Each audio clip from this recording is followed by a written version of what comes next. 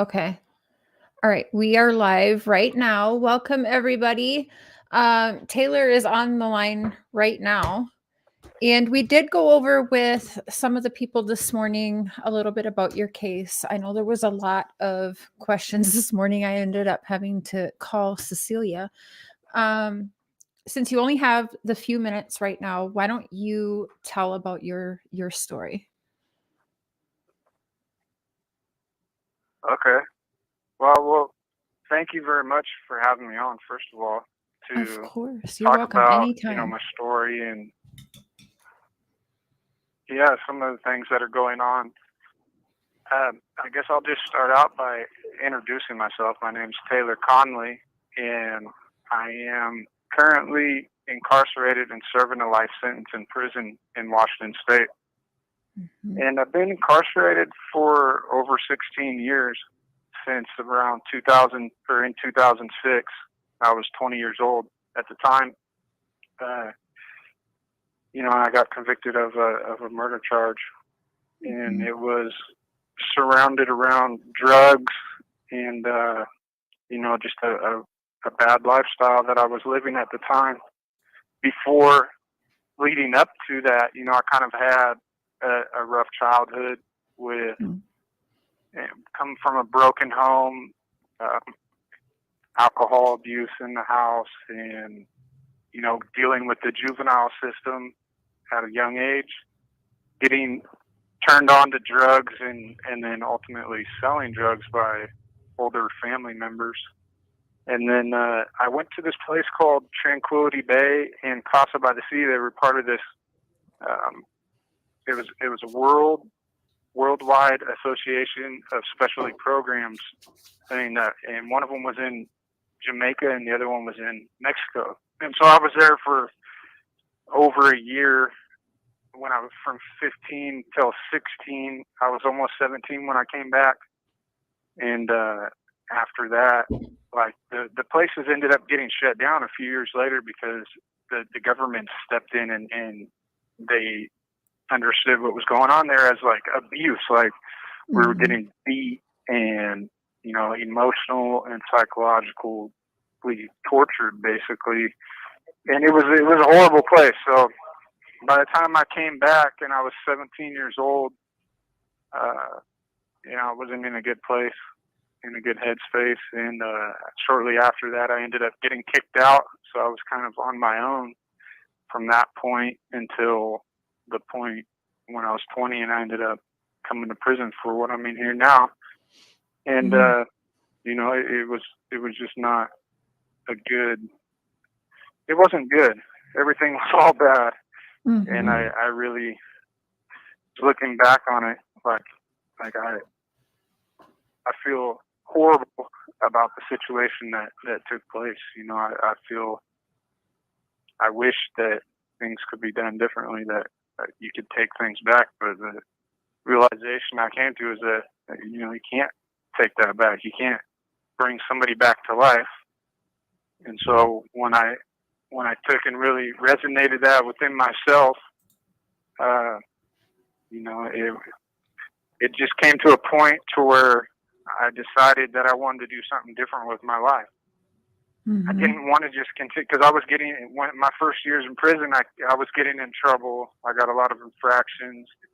I didn't really care because I didn't really see much future. I had gotten sentenced to life. I was really young, and there's nothing but bad influences around me, and not really much future to look forward to, so to speak. And so I didn't really see a light at the end of the tunnel, or anything good really to make out of it. And but years passed. I grew up and I started to find kind of a purpose. And through doing our work, I got into music, Mhm. started doing these programs that were centered around giving back, helping other people, uh, and I started to grow up. I started to find myself having a purpose, and I built off of that and continued to grow with that. And eventually, yeah, I got some schooling, I got some education because I dropped out of school and I had a GED, but I ended up getting some college courses that I was able to get into, and it was very difficult for somebody in my situation to really get any type of rehabilitative programming, because I mean, there's not much sense in it really to rehabilitate somebody who's never going to get out of prison. But I was able to get into voluntary programs and programs created by other inmates, and I even helped create some. And you know, I started doing all these different things that were positive, and it really gave me hope for a brighter future. And so through that, I ended up meeting my wife by doing this pen pal program, and we became friends. And then from that, it turned into, you know, like we developed a relationship, and we ended up getting married in 2016, and we've been married for, we had our 6th anniversary in April. And so, you know, we ended up taking some of these things that I've been doing in here, and I wanted to figure out a way where, how could we reach more people outside of just here. And I wanted to do something with my time that was constructive, and do something with her, something that we could do together. And so we developed this magazine called Design Conviction, the magazine. And it's a magazine that we've been able to distribute nationally across the whole country into different prisons for over 3 years now. Been working on the project, and developed like a podcast to reach out and interviewed people all over the country from prison that are doing long sentences, and come to find out, you know, I'm not the only one who is in this type of a situation. There's a lot of other folks who have encountered similar situations, and so we've talked to a lot of those people. And then, you know, just recently, fortunately, I was able to get into a program to where I was able to have conjugal visits with my wife, and she ended up getting pregnant. So now we're going to be expecting our first child. And recently there has been different developments in brain science that talks about, you know, when people are younger and their decision-making processes and different events that occur within their life when they're developing as a youth, as a child, that impact their decision-making capabilities. And so I've recently, I got like evaluated by a psychologist, and they kind of went through my whole history and my whole past, and broke it down psychologically with all these different lingos that I'm not like super familiar with. But the gist of it is that they say if you were under the age of 21, that they want to relook at those cases and potentially resentence people to be able to have another chance at getting out if they've shown that they could rehabilitate. And so that's kind of where we're at right now. Oh, I hope that works. Sorry to take up so much time. No. This is your show tonight. So I think you downplay a little bit. Thank you so much. About everything you have accomplished from the inside there, not just the magazine. You've trained dogs, right? You've done some songs, which I will share with you guys tonight, with Seth Anthony. I know a lot of you guys probably follow him on his YouTube channel too. He works with him. He's amazing at art. Cecilia has showed us quite a bit. You used to make like bears too, and also educating. You want to really speak out to, is it you're like, you want to target the younger generation to learn from mistakes and stuff like that, right? You've done quite a bit more than just that magazine, which is amazing too, but you've done a lot. Definitely. Well, thank you so much for like noticing and keeping track of all these things. But yeah, like, you know, I've spent about a decade now kind of working towards giving back or doing something that's constructive, because I spent, you know, my first 20 years of my life basically deconstructing things and ruining things. And so once I once I got it figured out, I kind of just did whatever I could do and created positive works.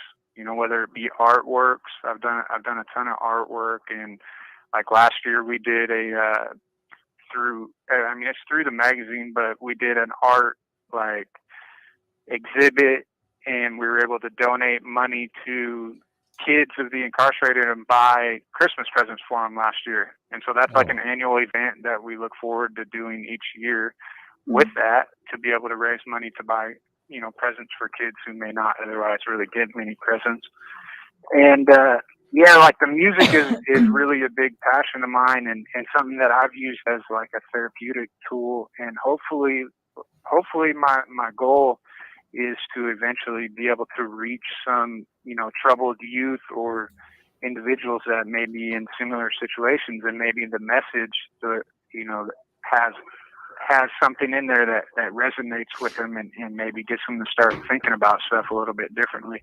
And yeah, Seth Anthony, man, that's like my brother. He's going to be the godfather to our child, and like a great guy that has, you know, experienced a lot of similar things as me in his life, and he's been able to have another chance to get out, and he's done great. He's having a lot of success with his music, and really, I like doing music that's similar in style to his. And so, yeah, like the music, and then I started doing songs. I've been able to have them record through like these phone calls, and then work with a producer that has been able to. So I've been able to do a lot of my own music too.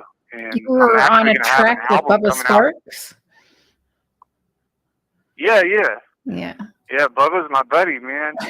he really he listened to what we were doing and got interested, and he was like, yeah, I'll definitely do something with you, man. And so we did a song with Bubba, and we got some really cool other songs coming up here next month. We're gonna put out my first album, and it has several songs with Seth Anthony on there, and then this young lady named Whitney Payton, who's definitely kind of made her way through in music as well, and done a little bit of stuff involving with like true crime stuff herself on like a podcast, I guess, and kind of done some community work within her community in like Philadelphia or something like that. But she's really cool, and did a pretty deep, like meaningful track with her. So I look forward to that coming out.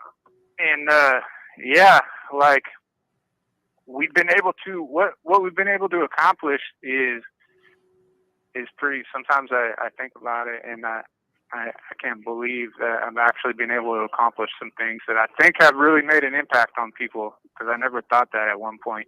And so that's what kind of motivates me and keeps me going, is like, if I could make an impact or help somebody else change what definitely they've got going on, or help somebody else to see some light at the end of their tunnel, that makes a big difference to me. I really appreciate you guys like allowing me this space to talk and thinking so good of me. It makes me feel good. You definitely, awesome. You talk about making an impact or changing even people's minds, and you definitely did that with Mark here, because he thought one way for a long time until getting to talk with you and learning about your situation, and then he started thinking about it like, yeah, it really opened my eyes to how unfair the justice system can actually be. And to see you doing what you're doing, I just think it's amazing, man. Yeah. Well, thank you so much, man. I just, a lot of times there's a room, I think, to give people another chance, to at least to show and look to see, okay, well, because there's not a lot of rehabilitation going on in prison. That's not really what the place is designed for. It's designed to punish people. And so when you look at the system as a whole, I think that they've made starting to at least talk about it and make some some changes and shifts towards, or at least attempts to shift towards like a rehabilitative process, but you know, the majority of it is geared towards punishing people. And so when you have that as the focus of the place, there's not a whole lot of rehabilitation that takes place for the most part. But then there's a lot of people that after they grow up, because there's tons of people that come into the system at a really young age. And so, and then they get like all this time, and there's, you know, by that time it's kind of too late to really have a meaningful life afterwards. So hopefully there would be more people like you, Mark, that'll see, you know, that people actually can change, and there is hope for people, and that the answer is not just to lock people up and never let them out again. Mm-hmm. You know? And maybe there is some people that do deserve that. Yeah. You know, You have 60 seconds remaining. Oh man. Well, I'm about out of time here, but I really appreciate you guys. We appreciate You're you, welcome Taylor. anytime. And we'll be on for a while yet if you want to call back in, or if any other time you want to schedule. But let me just give you one nice comment that was in the chat. They said you are really making a difference with people and makes us all think, wow, good to hear from you, and God bless you, Taylor. Thank you so much. You have 30 seconds remaining. I don't have time right now, but I would love to come back at a later time and kind of do an update or a follow up with you guys and let you know. Anytime, just have Cecilia reach out and we'll plan it. Place. Yep, whenever you need, you've got either one of our platforms. Yep, for sure. It'd be cool if you guys played one of my songs or something on there. Sure will. Yeah. That's my plan. When you had to hang up, I was going to pull up that song. Oh, okay, there he goes. That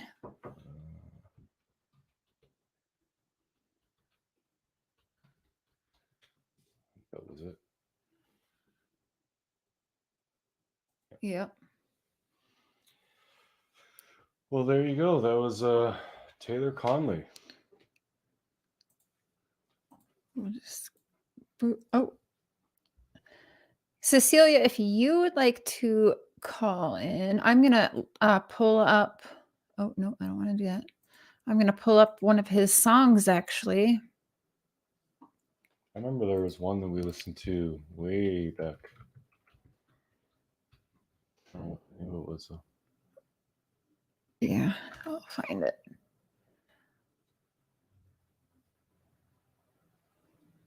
I think it's actually called. Can you check the chat? Ask Cecilia what the name of it is. Oh, that would have been a while ago. Hold on.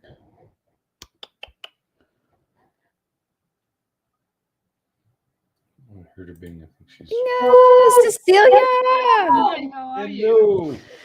We're trying to find the song. Okay. He is awesome. Every time we get to talk to him. Mm-hmm. Yeah. What is the song called, Cecilia? This are you talking about circles or Is it Circles? Is that? Well, yeah, I guess he's on a few songs, isn't he? Yes, he has several. Let me see if I can send you the links. Okay.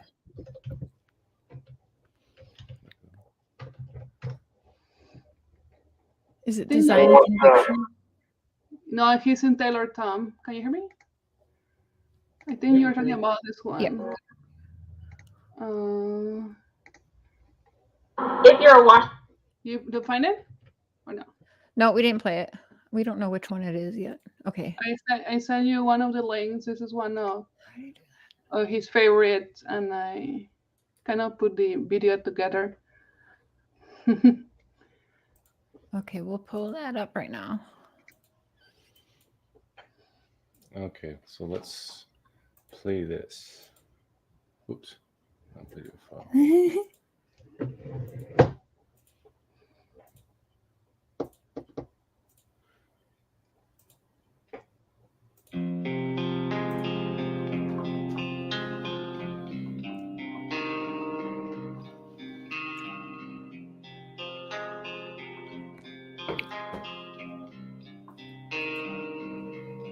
My life's forsaken, filled up with sin. My heart's been taken and left in the wind. Spirits awakened, the soul burning within. Memories faded, been jaded again. Cast from society, and now I'm on my own, on this broken road. So please hear me when I'm saying my world's come crashing down. It's all over now. Unforgiving for what's been done. Trying not to drown. This is what I found. Loneliness can consume with doubt. Things can't be undone. My world's upside down, spun. Feelings I'm damaged and managed to shake up. All these lives ruined, truth just can't undo them. Really think that I blew it. On the God's hands I trust. We stay this high. There's just no way that I can pray. Forged in the fire, over cold, I've been raised. Cash from society, and now I'm on my own, on this broken road. So please hear me when I'm saying my world's come crashing down. It's all over now. Unforgiving for what's been done. Trying not to drown. This is what I found. Loneliness can consume my doubt. Unforgiven.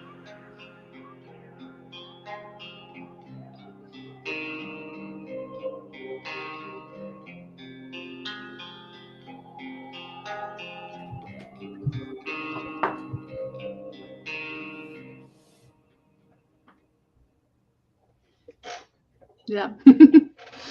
That's fantastic. I actually had an idea. We got to add Taylor to my new intro. We definitely got to get him saying, "Do you hear me?" or whatever. Yep. You know, I love when you show off the artwork that he's made you. I know, but I'm not prepared today for Not that. prepared today. Well, what else would you like to say? He kind of downplays it, and he only had a few minutes, but he's done so much, right? I mean, he's trained dogs for police officers, is it?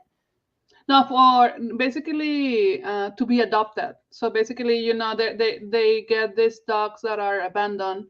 They bring it into prison. They teach the models to behave, and then they're well behaved, and then they're given into adoption. Oh, I don't think police officers. Yes, I had done that. The beers behind bars, where he used to help making those beers that they would be then donated to kids. Yeah. And then also toy time that he actually makes some artwork that then it gets sold, and then those funds got to kids or families that in need. So yes, he's in a lot of programs. He's also in a redemption program where he's a healing program where he helps another inmates to heal, to recognize what happened with their lives, the people that actually affected. Because when you commit a crime, it's not only you, and it's not only the victim, it's your circle of people and her circle of people to get to recognize that and own that, and not coming with excuses. I cannot understand what happened. You know, there's a lot of people in prison, and Taylor mentioned something that's very true, that they come from broken homes, a lot of different things. So it's until they realize what happened with their lives when they can actually start healing and cannot change their behavior, right? So he's involved in that. He does a lot of stuff, and yes, he does plays. And right now, what he's very passionate is music. He loves to write music, and his music is about his life, and but not in a way where he can share his his perspective, try to preventing kids to end up doing the same thing. Say, hey, prison is not cool. You don't want to be in prison. So right now is what keeps him motivated, because COVID, you know, we are here having a normal life, but right now in prison, he's in lockdown because of an outbreak, which doesn't make sense. So he's been really restricted. So has spent so much time working on his music, and I think that it makes him to keep sane, you know. Mm-hmm. All those programs that he had, most of them right now are shut down or very limited. So he is basically very limited on what he can do with his day, and that can get him positive. And that's why we started his YouTube channel with his music and his videos. And that video that you watch, I actually put it together. I kind of listen to the music from the footage and I put it all together. That's my work. So he does something and we work together. It's so fun. It's like a project. We may not be together, but we have projects that we collaborate together, and it makes us feel really good. That's good. I'm glad you guys have that. So you did all the editing in that video and everything?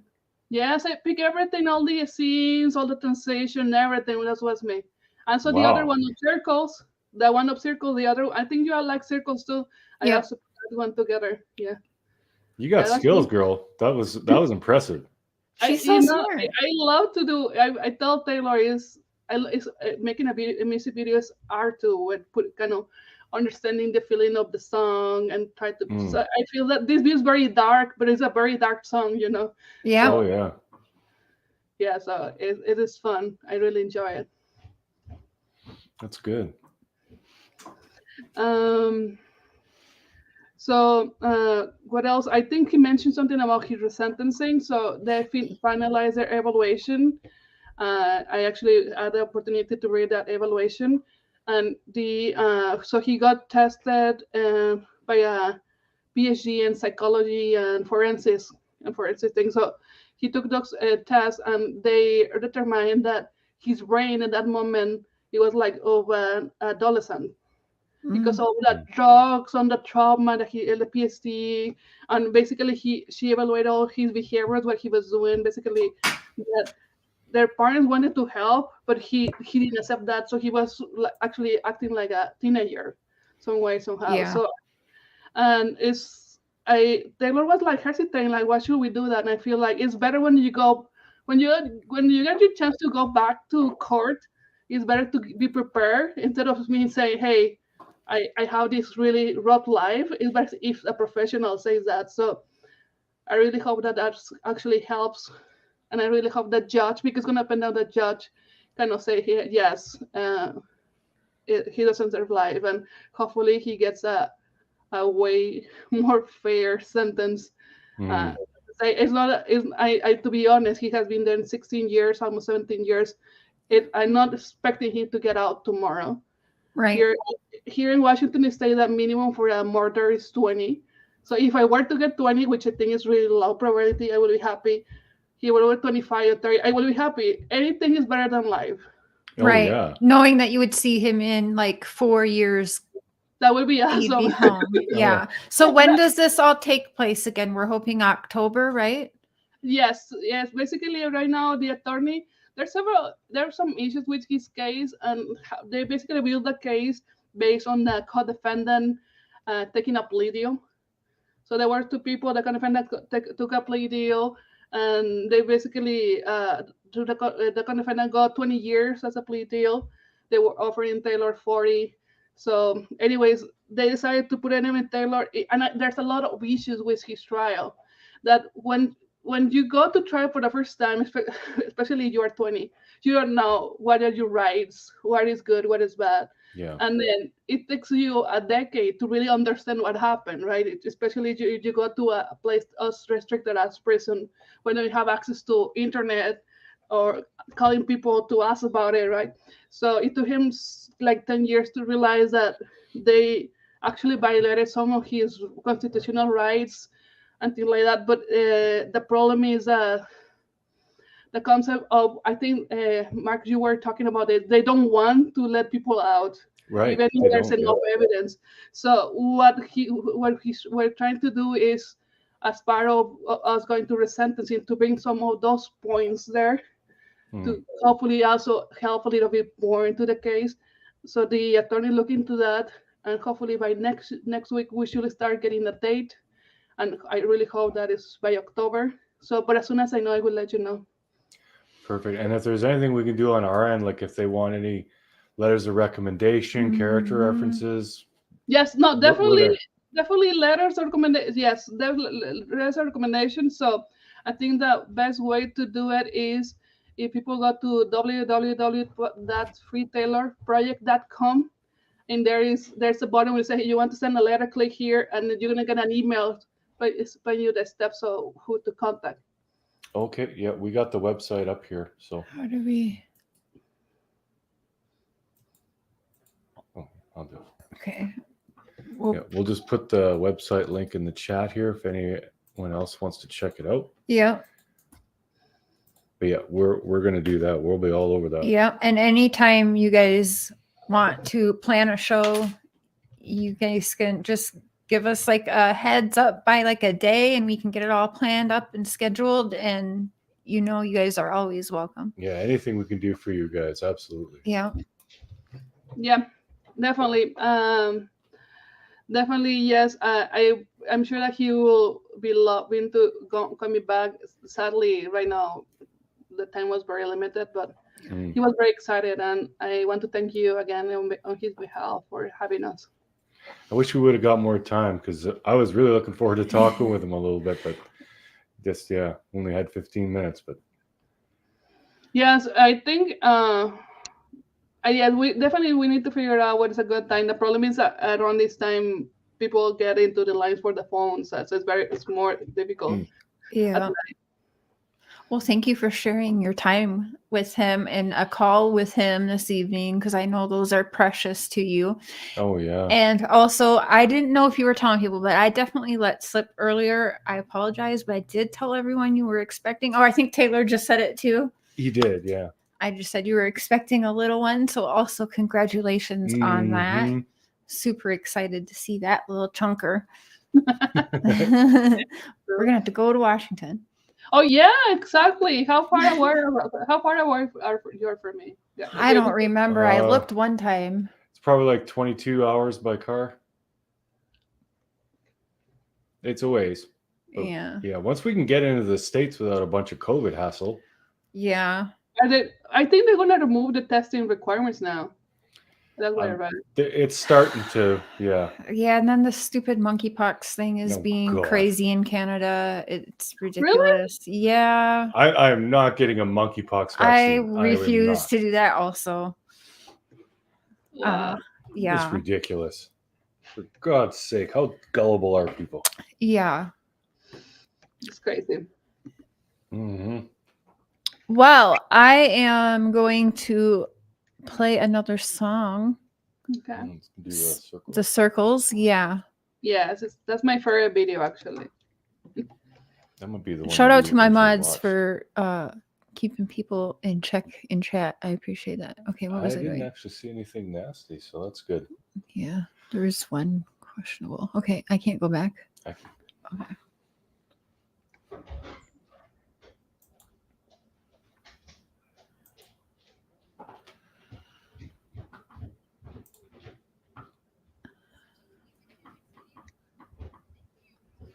150,000 views on this song.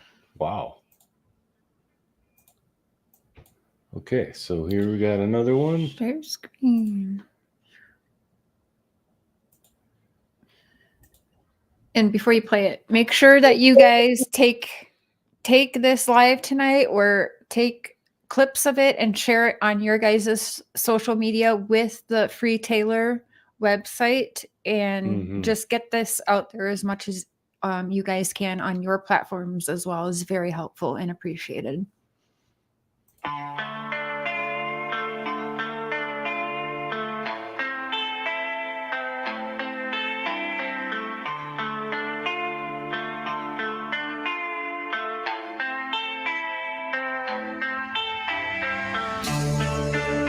Spinning circles, I'm trapped in the game. Something in my soul burns with pain. Hopeless, I'm already down up in flames. Addiction steals my heart with shame. These afflictions and memories, they conflicted, and it's just so hard to maintain. Eyes blurry, still trapped in the game. The fire in my soul burns with pain, and I come alive, take another bite on fire, filled with smoke. Even top facing, so cloudy, got confidential. I'm pacing, these sims chasing me, trying to find another life, get it right and be set free. Nowhere to go, hands out the window, reaching for the sky. Walking on a thin line, checking out the mind, nothing left in mind. Spinning circles, I'm trapped in a game. Something in my soul burns with pain. Hopeless, I'm already gone up in flames. Addiction steals my heart with shame. These afflictions and memories, they conflicted, and it's just so hard to maintain. Eyes blurry, still trapped in the game.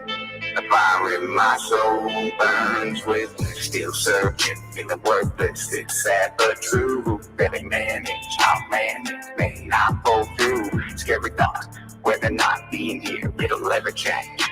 Hopeless, I know this broken mind so deranged. Despair comes knocking me once again, and I don't care. Can't handle more, adding up the score, something's got to give.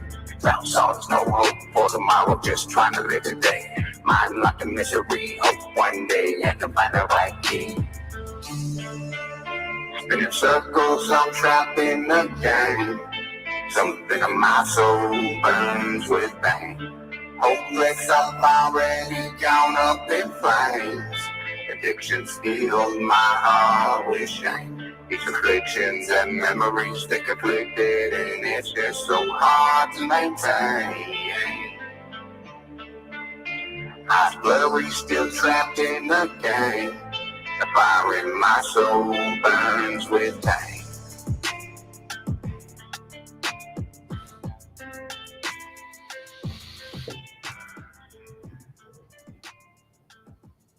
Yeah, I remember. I like that one a lot.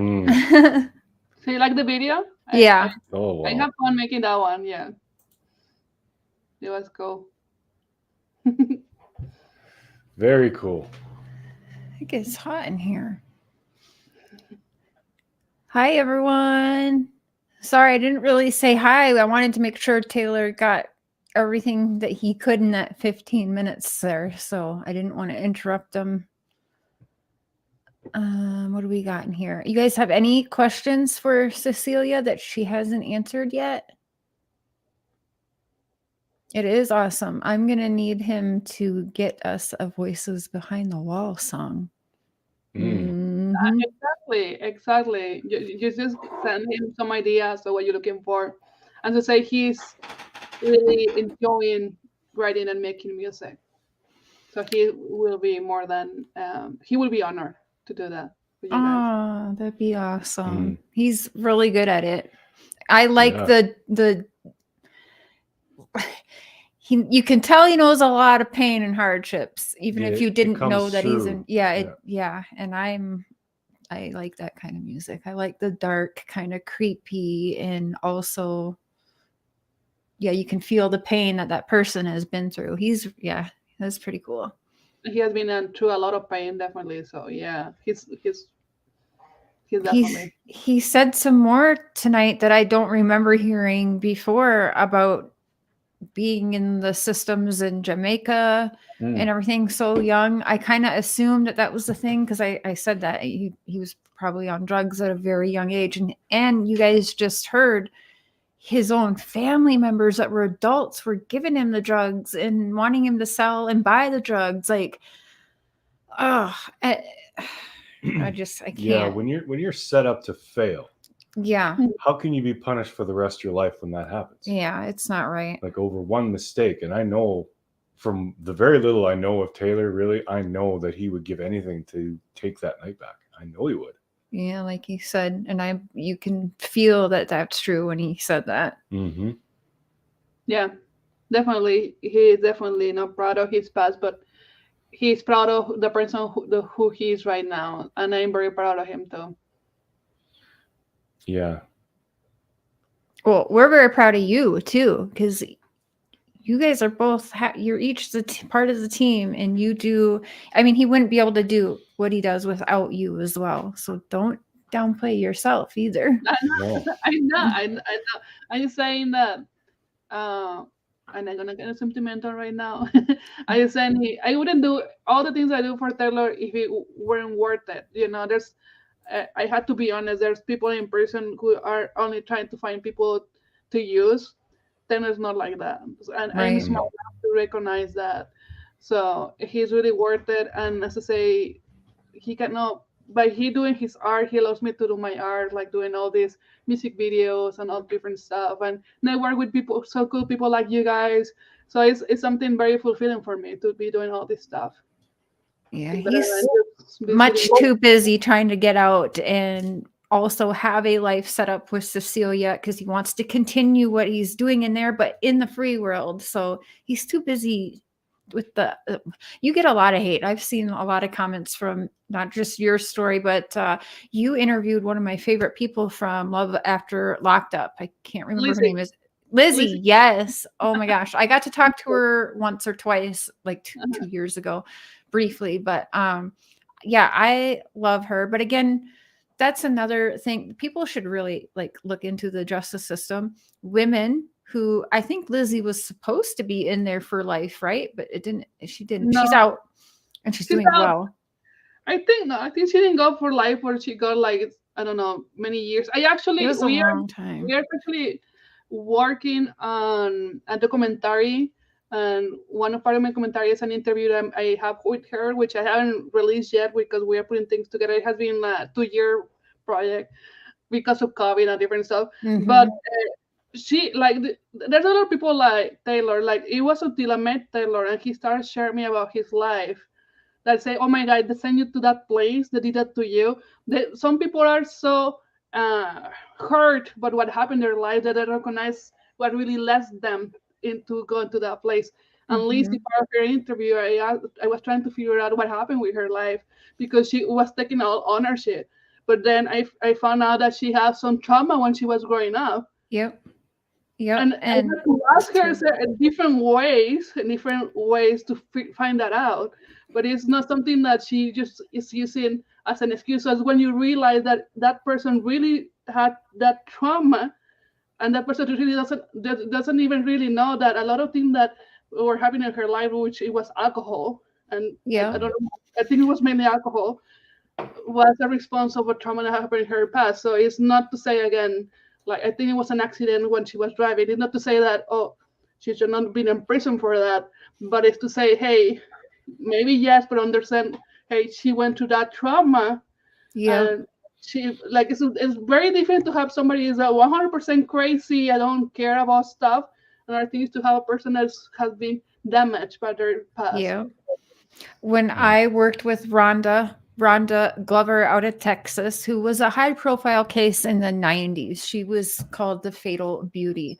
She shot and killed her oil tycoon husband. But working on that case for 3 years with her and her family, I got to learn, that's when I learned a lot about the battered women syndrome. And it was a high number. I want to say it was like 80-something% of women who are in the prison system, jail and prison system, doing like hard time, have come from abuse. They are battered women. They have had trauma from a very young age and throughout their life. And I always thought that is so wrong, because that affects your brain too. Just like the drugs affect it, your alcohol affects it. Trauma changes one's mental, their brain. It changes your brain. It does. Oh, it has. Yes. Yeah. And you're supposed to be getting treatment to get healed from that, instead of being put in a cage and be treated like an animal. That cannot be redeemed. So I see this question about, like, he has the chance here in Washington State. They don't allow inmates to contact the victims or the victim family. It's not allowed at all. So yeah. And to be honest, I think he will do it. He would definitely do it. But it's and something I will say is that the problem with the justice system is that we put people in the cage. We don't heal them. So first of all, somebody has to be healed to be able to first of all face what they did and face that person, because there's a shame. It's like, seriously, people are not happy about what happened, you know. That's one thing. Another thing is there's a part where the only relief that we give to victims is the assurance that that person will be in prison for a long time. But they don't help the people to heal either. Like, there has to be two healing. That victim kind of, okay, realize that, you know, whatever that person did cannot be undone. And there's a way in which victims should be able to not, I won't say you don't have to forgive, because I not anybody to tell you to forgive.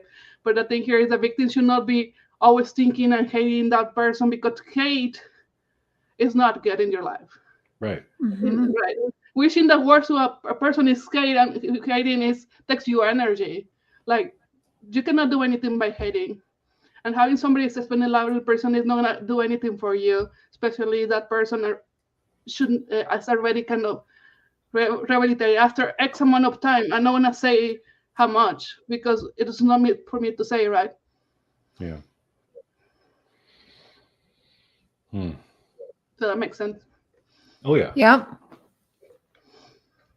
Let's see if there's any more. I don't see any more questions. That was a good question, though, C12. It reminds me too of when you talk about not wanting to live and hold on to the hate. Our friend Angela Cannon, whose daughter and grandson was murdered by the daughter's fiance, and then he took off and was on the run for a year.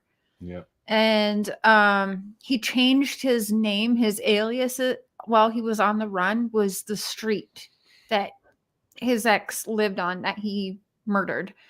And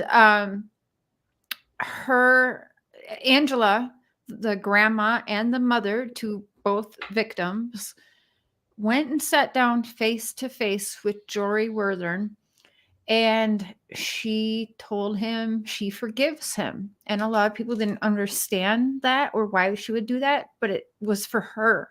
It's for her to go through the rest of her life and not have that hate built up, because it will drain you and suck your soul to have that kind of hate. So it's not she was doing that for Jory, but she was doing that for herself to be able to get on and have closure and move on with her life. So I get that. Yeah. And I honestly, I admire that, because again, I had Taylor who committed a crime and who has the victim. And I asked myself, hey, you know, what if it happens to me? I don't know if I were able to forgive and forget. It's very easy for me to say something I would do until I'm in that moment. So I never want to judge a victim for holding that and not wanted to forgive and forget. But what I recommend is hate is not very good for you, because like you have to continue your life. Like, if somebody took a life close to you, that by hating somebody, they're taking your life too, because you can live your life. You know what I mean? Yeah. Yeah. And I just want to remind people too, statistically, with people who are doing life sentences with no parole, it's not a high percentage of people that want to make something of their lives, not even knowing for sure if they'll ever walk outside that prison again in their life. It's much easier to just be an inmate, be on the drugs and doing bad things, because why would you care? You're never going to be a free person again. So what does it matter? Right? So what does it matter? And yeah, what do you think the statistics are? I think it'd be like probably 9 out of 10 are not going to want to do better. Like Taylor is doing everything he can. He doesn't know for sure if he'll ever be a free man, but he's still doing everything, making something of his life and trying to help other people make something of their life and to not destroy their life. Like he says, it's not cool to be in prison. Yeah. Which some people think that's cool, but it's not. No. And he's doing it. A lot of people will do good things because they're seeking moral desert or some kind of prize. Like a lot of religious people, they're actually bitter, awful people, but they do good things thinking that's going to get them points. Whereas Taylor is doing this because he wants to do this. He's not doing it because he gets any kind of reward. He doesn't know if he's going to be released. In fact, as far as he knows right now, he never will. He's doing this because he wants to do this. Yeah. That right there is rehabilitation. Yeah. He is rehabilitated. Mm-hmm. Yeah, he does this because when he goes to sleep, he feels good about it. It's like, just imagine being in the same box all the time. He could just be playing cards and playing with the gangs, but he feels good about it. It gives him a reason to wake up every morning, and it's great news. He loves to hear great news where people are kind of getting impacted or getting good feedback about that. Mm-hmm. Frankie says, with a strong woman like you, Cecilia, he has a fighting chance for sure. Thank you. Hopefully, I'm praying. That definitely helps. Mm-hmm. In BC, they have a program. Canada's totally different. My dad has. I'm sure if it comes to they're going to consider a resentencing kind of thing, Yeah, I'm sure they will get in touch with the victim's family and so they can have a say or whatever. But so maybe they could have some kind of dialogue there. So that means you also cannot be in touch with the victim's family, right, Cecilia? Or it will look like you're doing it on behalf of Taylor? Yeah, exactly. So Taylor, Taylor's basically, I think he didn't even give me the names or anything because he doesn't want my curiosity to get me get there. I'm a very curious person, so he said, no, don't do it. Like, that's the policy, and I don't want to get in trouble. Taylor's very careful about getting in trouble. He doesn't like that. Oh yeah. Mm-hmm. Because that one little thing of trouble could ruin everything that he's planning. So I mean, that's a lot. Yeah, I don't know. For example, I have one of the contributors to the magazine and everything is called Jim Fussell, which actually is a 60-something-year-old guy from Ohio that committed a terrible crime. He killed 2 women when he was 25. But in Ohio, they have something like certain years they have parole. So every time he goes into parole, they always find an excuse to not give him parole. The last excuse that they gave him is because he stole vegetables from the kitchen. Because he got a piece of onion. Oh, you got onion from the kitchen. You cannot, you're gonna. Of course, you realize it's because they're just trying to find an excuse. They don't want to let him out. Because it was a really small town. It's a very well-known case in that particular town.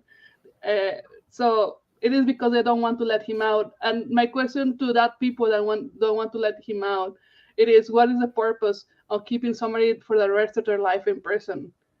Like, if you're never gonna let him out. I'm sorry, there's a lot of people that say that penalty is horrible, but life, like really life without parole or not being able to get out in your entire life, is worse than that penalty. It's worse. It's just basically you're dying slowly, and that's terrible. Yeah, it's like you're held hostage for the rest of your life. And I feel bad for him because it's like, I'm not telling you that he should be getting out. I mean, he killed 2 women and whatever. So I know not tell you he should be getting out, and I know they want to decide that. But if you really don't want to let him out, why you keep him alive there? Basically, you are torturing him for the rest of his life. He has been there for 40-something years already. He was 25. Jim Fussell was 25, I think. Mm-hmm. And he's 60-something now. So he could be my dad. He's at the age of my dad right now. He has 40-something years already. It's a lot. So coming back to not getting in trouble for stupid stuff. Yeah, I'm kind of torn because I don't. When we talk about this, I think so Canada is very different. Mm-hmm. My dad has made mistakes, and unfortunately, a few people have lost their lives, and he's free, and he has been free for a couple years. So a lot of countries were different. Like you go to Norway. I always put example in Norway. Everybody, when they reach the 21 year in prison, everybody gets parole. Like everybody, like I think this is abstract. How I learned that because I watched this documentary about a serial killer. He killed a lot of kids that were like the sons or daughters of politicians in Norway. I think like 10 years ago or something. There's like movies about that. And that guy got 21 years. After 21 years, they get an evaluation and decide if they keep him there or not. I don't know if he's gonna get out in 20 years, but 21 years. However, there's a serial killer, a real serial killer that is gonna have a chance to get out. Yeah. Taylor has zero chance. There's no parole, right? Yeah, that's wild. Yeah, it's not right.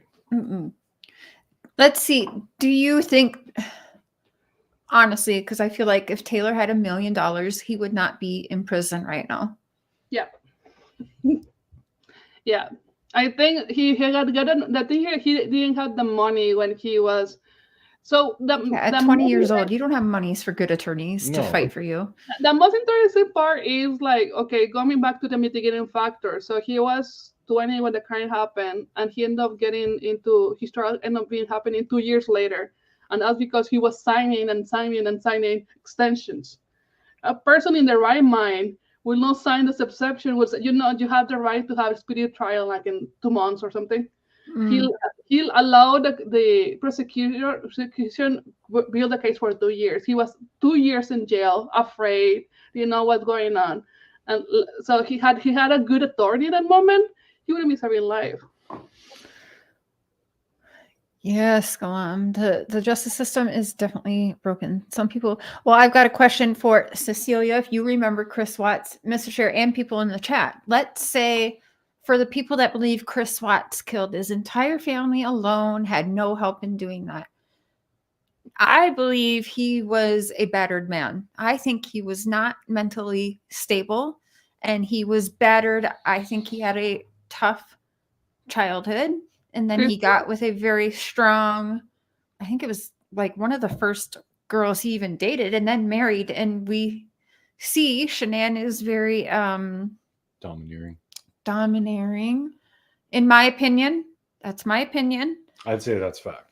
Just from videos. Yeah. And I just watching him, I do think much like Johnny Depp, I would definitely say now he is a battered man. You see his mannerisms and how he is. I see that in Chris Watts. So do you think that Chris Watts should ever get resentenced and be allowed out if he showed signs of being rehabilitated? Me? Yeah, you remember he killed his pregnant wife. Yes, I know. Forget about the wife, the daughters. That's what kind of like the living daughters. Like my belief will be is I would like first to be a really good mental health assessment on him. Yeah. Right. Which I don't think he has even gotten yet. Even now, 3 or 4 years, 3 years, 4 years later. Yeah, I think he should never be released, but possibly spend the rest of his life in a mental institution. There's something wrong in his brain. Mental institution, like there's people that really messed up that cannot be fixed and they did terrible things. Mm-hmm. I'm not a person to say that the rest of their life because I don't know. I'm not an expert on that stuff. Yeah. Definitely don't think it tomorrow. But people with mental illness should be going to mental places, and if they cannot get out, they should be able to live a minimum for life. I don't know, to make little projects, play chess, or whatever, something, right? In an environment that is more like a close gay community, like think about nursery homes kind of concept of it, right? But no, I wouldn't say he deserves to serve his entire life on a cage. I would say on a mental institution where he can have a meaningful life and can do something positive. I don't know, small little thing that can contribute. Like the program that Taylor has, that building bears for kids, doing some stuff to help the community where he could feel rewarded, something like that. Mm-hmm. Yeah, I just think that's the easy answer for people when that's something I have always said for years. Like Rhonda, I honestly don't think that she should have been in prison, but a mental institution. She was married to an oil tycoon who was friends with the doctor who had her on a known deadly cocktail. Like she was not stable. It's known he would buy the drugs and the coke and everything for Rhonda, he would even use drugs when she would want to leave him. He would lure her back with drugs and stuff, and the fancy lifestyle and all of that. And there's just, I think that the mental hospital is meant on some cases, some charges. And I do wish Chris Watts would be one of them, because in the mental institution, I think they're more studied there, because I think people like Chris Watts, why did he do that? Why did he even go through with it? Even if he didn't do it alone, we need to know more about someone like that, where even the investigators and detectives are like, Chris, you do not fit. He doesn't even fit the normal profile of someone who would do that, right? So he has everybody's mind's blown on what the hell happened. Why did he do that? I think that's why everyone's still so fascinated on Chris Watts' case. Yeah, for me, the thing that blows my mind is the kids, the daughters. Like, why? Yeah. Like, I understand that in a moment of rage, like, why you killed your wife without thinking about the baby, right? Because it could happen. It just gonna snap and not remember, hey, by the way, my wife is pregnant with my baby. Right.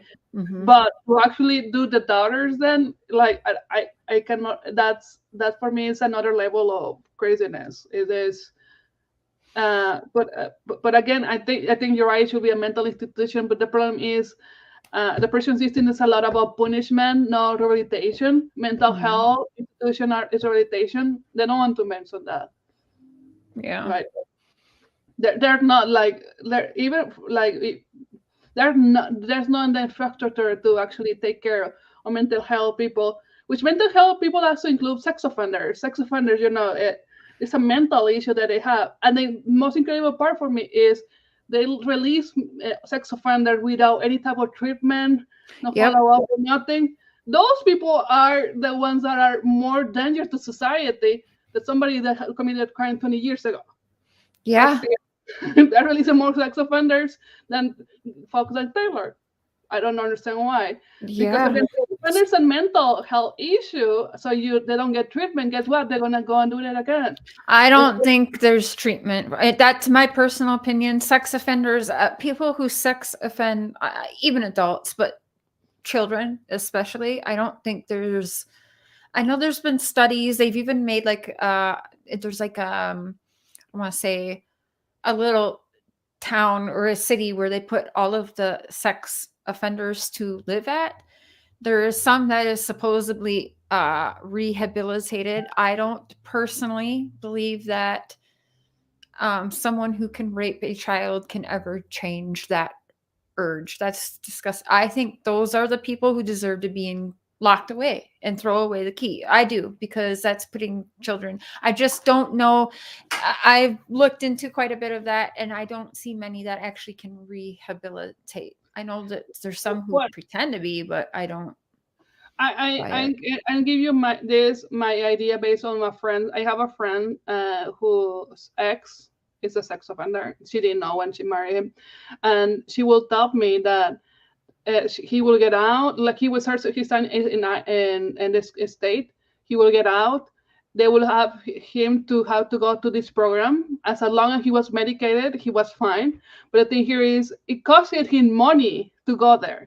So then you got out of prison, you had to find housing, you had to get a car, you had to get a job, right? So suddenly you don't have time to pay for you don't have money to pay for those programs. And she told me as long as he was in that program, as long as he was being medicated, as long as he was going to all this therapy, he was in control. But the thing here is, the state decided it was a good idea to let him out, and then let him not pay or not sponsor that program. I think and then of course he's gonna find a new victim again, because he's not controlled. So it's like, it doesn't make sense to me. Like, why are you're not investing in keeping the people out? Is in a program is cheaper to actually have it back in prison. Yeah, but the prison needs that little bit of money that they get, which is ridiculous to me as well, because it's not really that much, but the prison counts on that. The government, the prison system counts on that money from having the people in there. That's why they let people on death row live for 20 years before they're executed. It's ridiculous. And then here again, I'm not going to tell you all the sex offenders are the same. There are different types of sex offenders. I mean, For me, some sex offenders shouldn't be living with that stigma their entire life. They were a teenager, that the girl was a teenager or something. It's a different thing. Where our kids, it's a different thing. I'm not gonna say that, but what I know is in that particular case, she told me as long as he was taking that program, he was fine. But the state prefers, you can say, prefer to have them spending. The state prefers spending more money in prison than actually give him the treatment for free outside, which is mind blowing. And the state basically they didn't really care for the safety of anybody. They just care about their money. Yep. It's terrible. I think mental health or claiming insanity plea. You should have to be like, let's use Letitia Stott, for instance, trying to use her mental thing. If it's going to be a case like that, and she killed her stepson, right?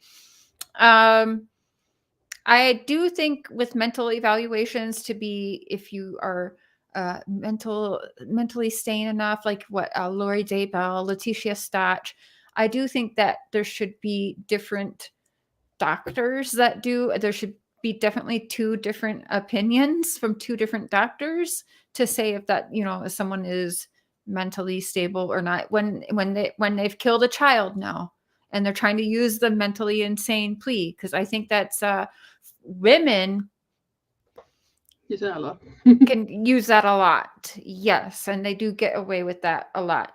I spoke to the Blue-Eyed Butcher one time on the phone with Rhonda Glover, and she actually was one of the first female inmates to use the battered women syndrome to get out. And if you guys remember, she stabbed her husband like 190 something times or something. It was a lot of times to the he and then buried him in the garden outside the kitchen window.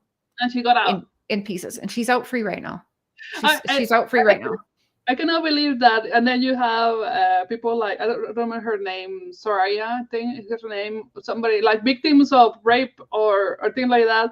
That is, they don't like that. There's stronger cases to get out that they don't get. Like it is so crazy. It all depends who you are, where you live, who is the judge. You're talking about that young girl who killed the guy who raped her, and she got life in prison. And honestly, I saw her like going, "Oh, I feel so bad for killing that." I'm not telling you that she should feel very proud of it, having doing that, but she was acting like she had made the worst of the worst of the worst. When in the end, she was a victim of the guy, so she was acting in some way in self-defense. Yeah. But still, like, she was basically crucified. She had basically to have to say, "I'm sorry, I killed this totally innocent person," which is not. I mean, it's. Let's be all the way honest in that case. If I'm not mistaken, she was a 15 or 16-year-old Black girl, and she killed a white man that I think there was a pimp. Yeah. So yeah, that's terrible. Actually, now you just reminded me, I wouldn't mind reaching out to her, because I mean, that is terrible. And I believe, there was a lot of facts suppressed in her case too. Yeah, and the thing here is like, even that with all the cases, you look into what she was telling to the judge. She was basically admitting that having doing the worst thing of her life. I'm not telling you that is, and I'm gonna say that it's not the worst thing of her life, but the way that she was put in there, it was like she had been a serial killer. When in theory, if you look into all the circumstances of the case, it's like, yes, I feel bad about it, but I feel that she was like doing a little bit more, because that's what the judge expects people like being really horrible, whatever. I actually agree with that, Dee. I don't think that people who kill children should ever be a free person. Not when it's intentionally. Like when intentionally, I don't think that they should be free. I just can't. I'll never understand someone who can harm a child in any which way. I just don't understand that.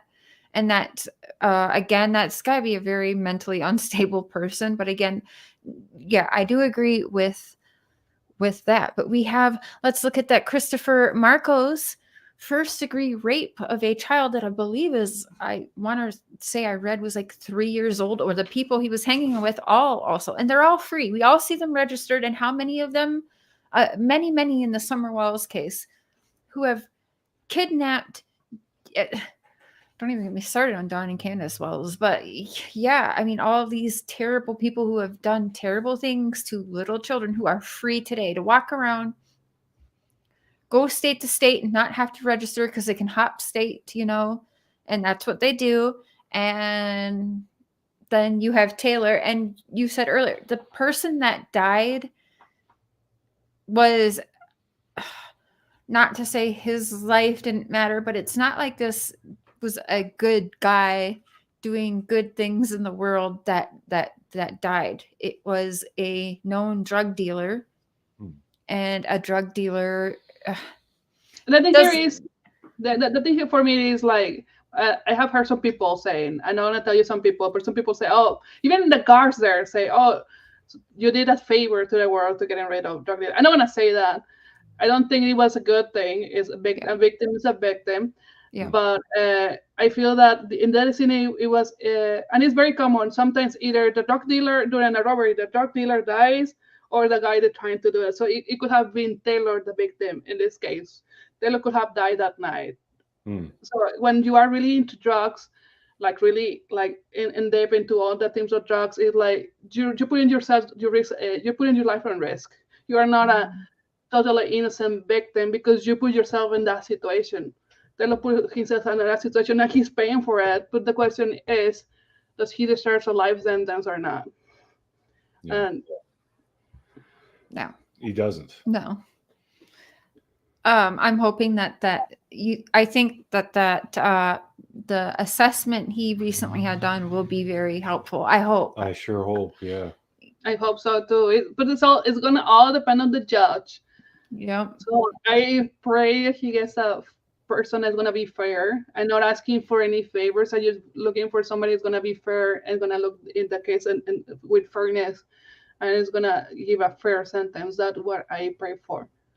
Do you have like a petition or anything started for support of that we can also share? Something that helps, the more people to get the judge's attention, that he has a lot of support. Let me do the link in our private chat. Okay. Basically, it's change.org free Taylor /free Taylor. Oh, okay.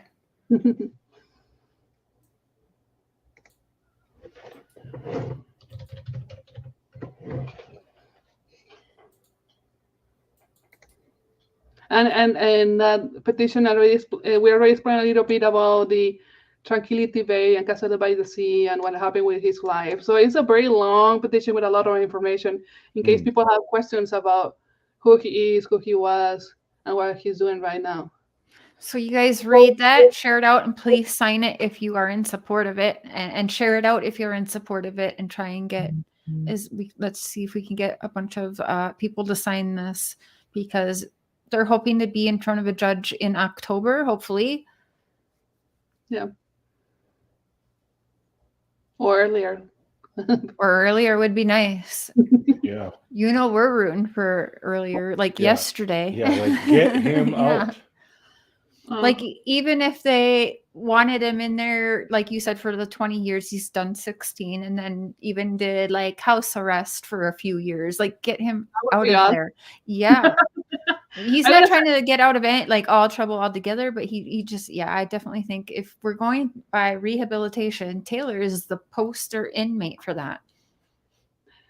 Yeah, and the thing here is he being in house arrest, that could cost me money, but they wouldn't cost me money to any of you guys because the taxes wouldn't go to him in prison, which is very expensive. So if I were to have him tomorrow in a house arrest for a long time, I don't care. At least I have him here. Right now, having him so far away. Yeah. And those problems exist, but of course, for his type of sentence that he got, I see it highly unlikely. But I mean, it's worth the pray, and hopefully we get something. Mm-hmm. Well, anything other than the rest of his life. Yeah. Like really. Hopefully not 40 years, but because 40 years would be also a lot. Yeah, praying for time served. Yeah, you can Google his story. I found some stuff on there, but I also just don't trust everything you see on Google either. You know what I mean?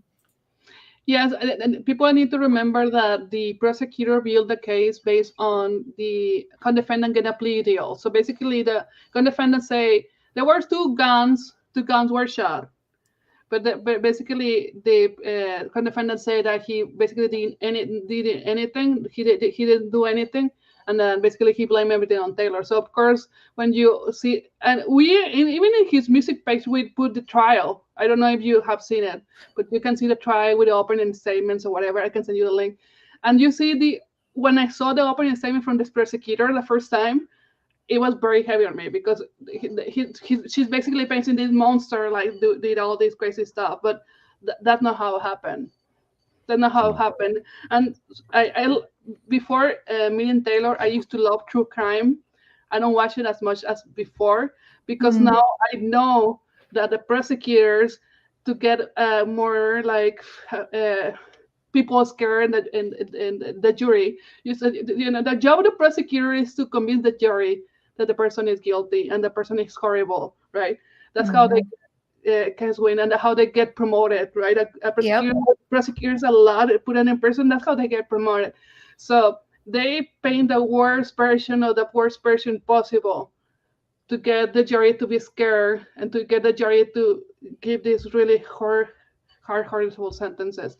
So that's not how it happened. But everything's on his music page. So if you want to go on his trial, I think I have been releasing day by day, so it's available in there, so you can go and watch and trial.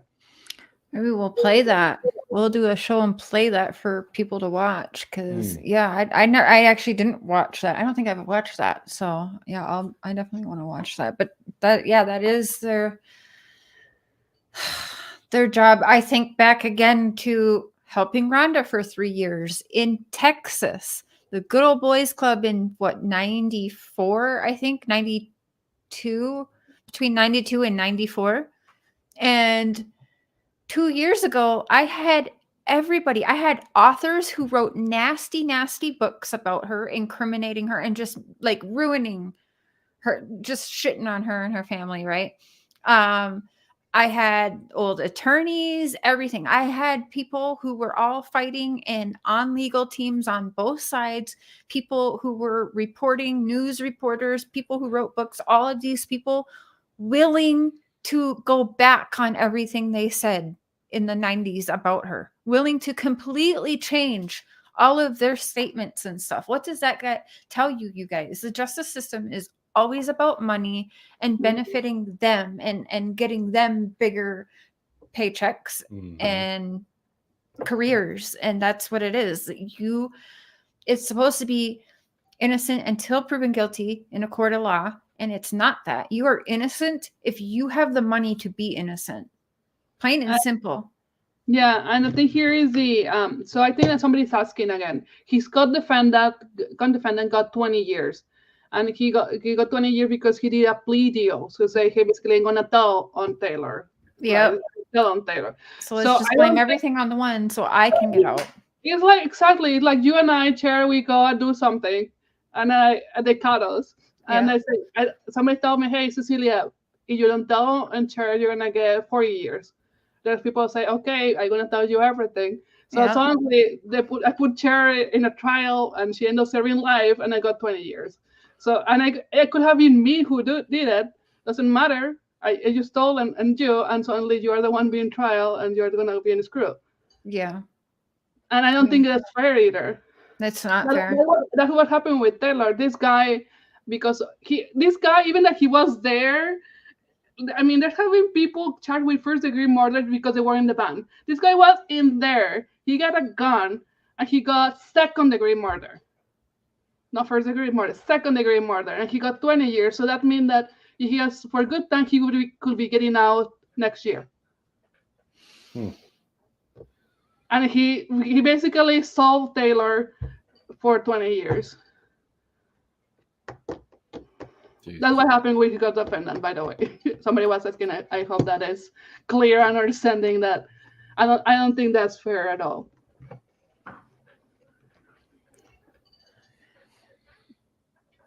Yeah, 20 years old when he was arrested, but he was doing drugs at a very, very young age.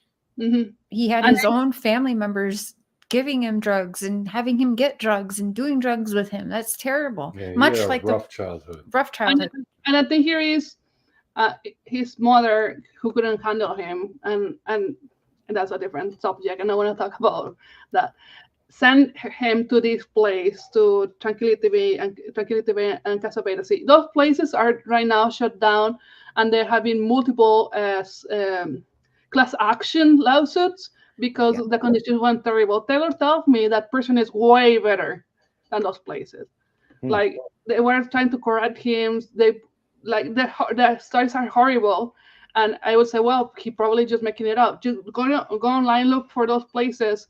They're horrible. I've heard about a few. I've done some research on a few. I didn't know he was in a Jamaica one, but there's ones in America where they send young boys to, teenage boys to, and they are beaten by the guards and the workers and raped. And also and the ones in the American theory, they are more safe because they are in the same country. Just think about he been sent to. Yeah, I can't even imagine.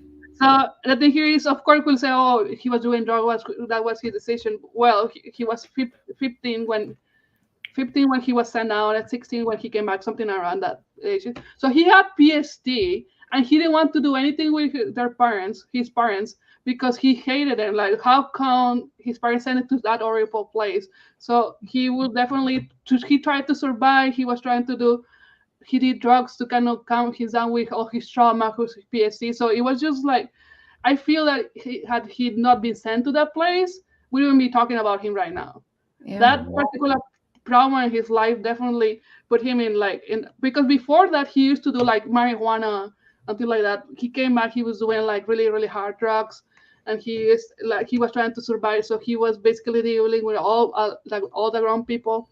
So, and that happens, especially children from broken homes and homes that don't give a shit about them. Let's be honest, they get into trouble. That's what happens. Statistically, that's what happens. He was set up to fail by his own family members. That's terrible.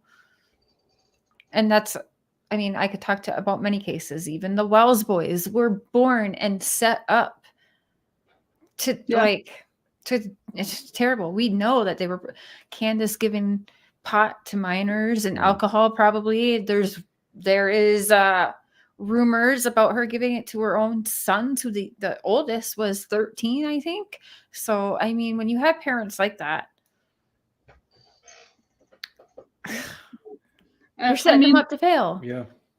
Yeah, I really think that my mother-in-law, she really thought that would be what he needed, because some people recommend her that program. She didn't know. My mother-in-law is not the only mother that sent her kid to those places. So it's like, had she known, probably she wouldn't do it. But the matter of fact is that is something that happened in his life, and is very. There are a lot of victims speaking about it. So. And I would say, well, not all the victims are not like that. No, because each person is different. But definitely that particular trauma in his life definitely end up causing all this mess. Mm-hmm. So he's not in Jamaica. So he was in Mexico, in this one place called Casa Advocacy in Mexico. And then they're sending to Tranquility Bay in Jamaica. But no, he came back when he was around 16 or 17 years old. Yep. So he's American, and he's in Washington. Yeah. Right now. He does deserve a second chance, Punksy. Absolutely. I agree. Well, yeah. I am sweating buckets in here, and I know you probably have other stuff to do. But anytime you want to come back, just let me know. We'll plan it. Thank you so much for having me. We got that darn COVID that just knocked us out for 2 weeks. It was terrible. Well, good to hear that you're doing better now. Thank you. How are you feeling? I'm feeling right. Almost normal, with occasional kicks. We're excited, really, really excited to meet Mia in person. Mia. Oh yeah. Yeah, Mia, daughter. Mm-hmm. you'd like to help Punksy share this out, go to the website, share it out as much as possible on please. your platforms, and sign that petition.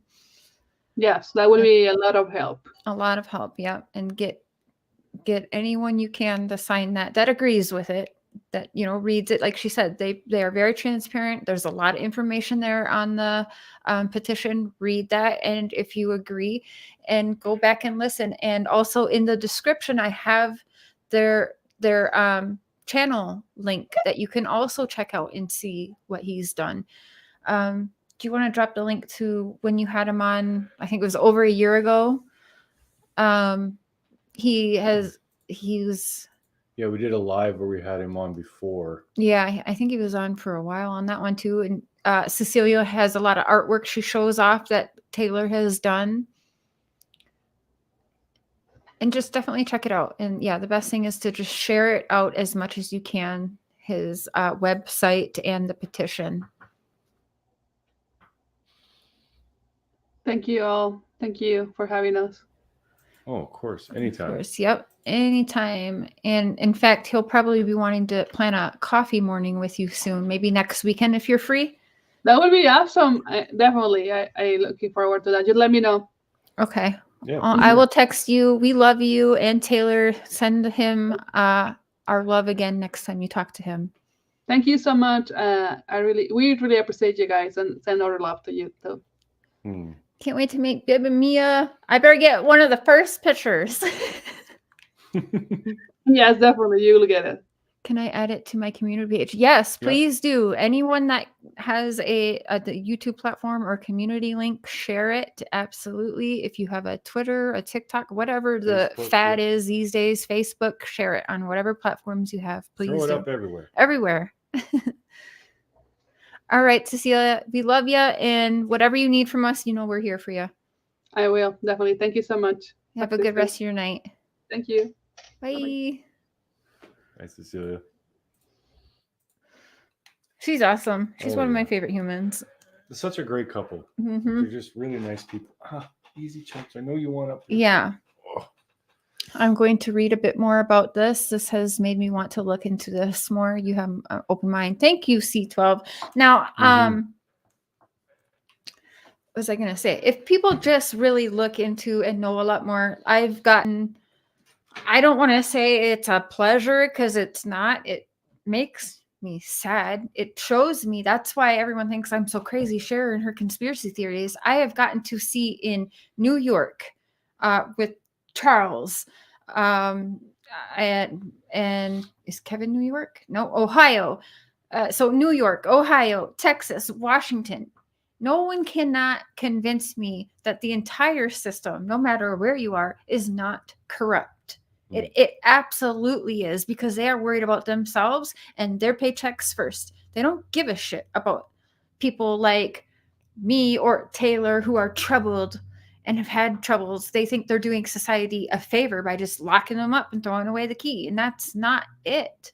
It's really not. I remember someone gave me shit when I was helping Rhonda. And they said to me, "Oh, you're just some little girl who just thinks the prison is full of innocent people, aren't you?" And my response is, yeah, well, maybe not full of innocent people, but I believe there's innocent people in every prison. Yes, I do. Mm-hmm. And not just innocent, but people in prison and in jail on charges that are wrongful charges. Like maybe someone said a little bit of weed on them and get a life charge. That's a wrongful charge. Or 2 or 3 different people at a crime scene, and let one get out of trouble and do less time and be a free man if they rat on the other. That is wrong, and that's setting people up to get wrongful convictions on them. Mm-hmm. It's terrible. And then, by the way, I want to point out, I knew there wasn't going to be many people in here tonight because it's not Summer Wells related, which is bullshit. This is true crime community, and we should care about when we are doing interviews on murderers, kidnappers, all of the things that we talk about. I'm sorry. People would rather hear regurgitated shit or people bashing each other and hating each other instead of something that actually really matters, that we could actually make a difference on and help with if everyone rallied together. This is true crime. Because true crime to me, you should actually know about the justice system too and know what the fuck you are talking about. I don't know it all, but I'm learning. In every case that I grab onto and get a hold of, I am learning more and more, and even more being friends with Cecilia. But I learned a whole lot on my 3 years on that Texas case. And let me tell you, a lot of people can talk their shit and think, oh, whatever. But if you had a loved one or you had a wrongful conviction, you would want someone like Cecilia or me or fighting on your side and behind you. Let me tell you. And yes, the prisons and jail are full of wrongful convictions and innocent people. You can't convince me otherwise, because I've seen people put away over DAs not wanting to be wrong, or the Good Boys Club, or battered women takes out rich, or sometimes a cop husband, or a rich narcissistic, like my ex is not rich by any means, but the shit that he has been able to get away with for almost all of his life is scary. And I picture that with people who actually have money. He would literally be able to get away with murder. And it's scary. So this is true crime, folks. And I'm actually pissed. I don't know what the rest of the community is doing, but it's not true crime. No, it's trauma.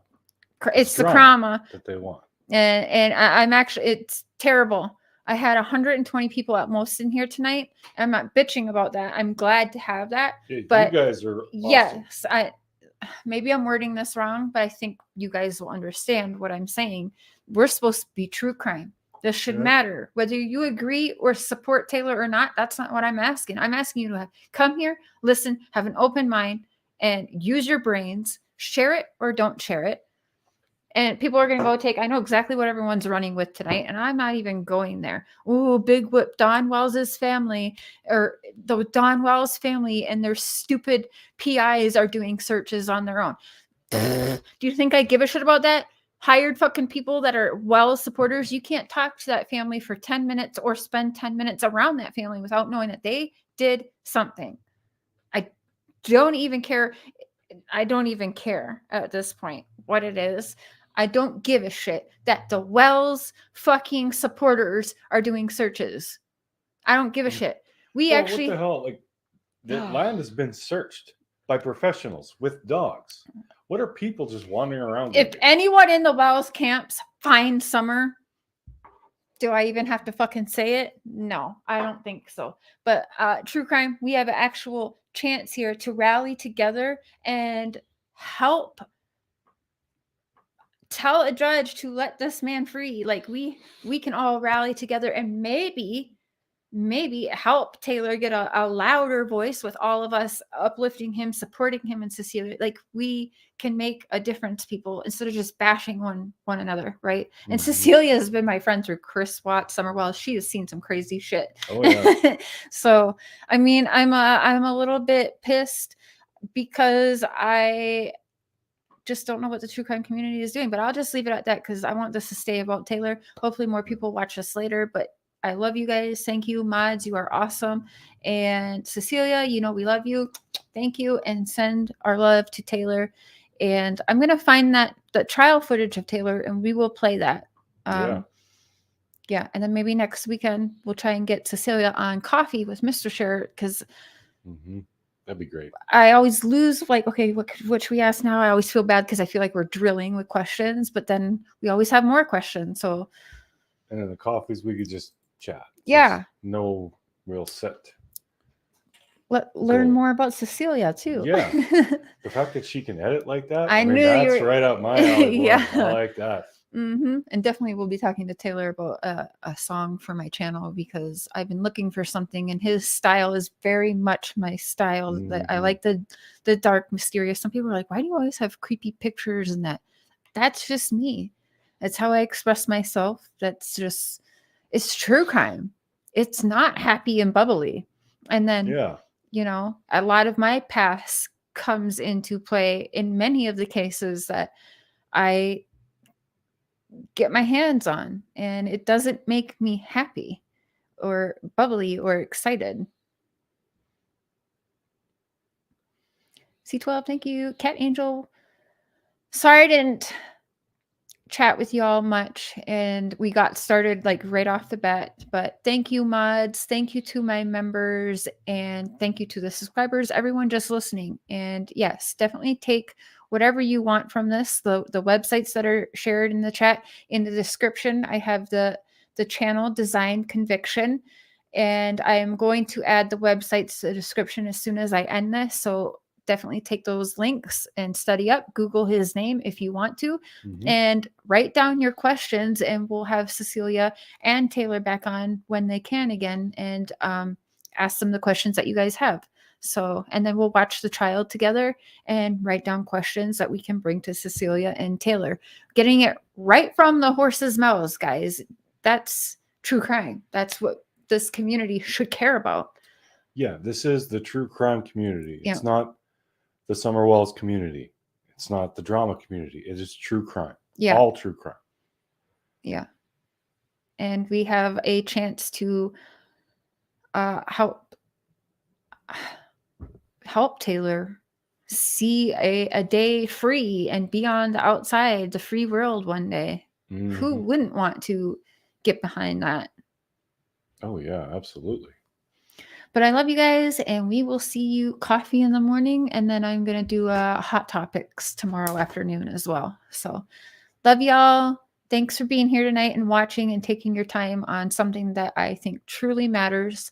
Not that the other cases don't, but there's nothing new, in my opinion, to report on just yet. So yeah, and share this out. Share it out, please, on any platform, whatever. If you like the songs and you only like the songs, share the songs out if you would. Share the links out, whatever you want. Take this video, share it out. Crop the video to whatever you want. Share it out. Yep. So love y'all. Bye.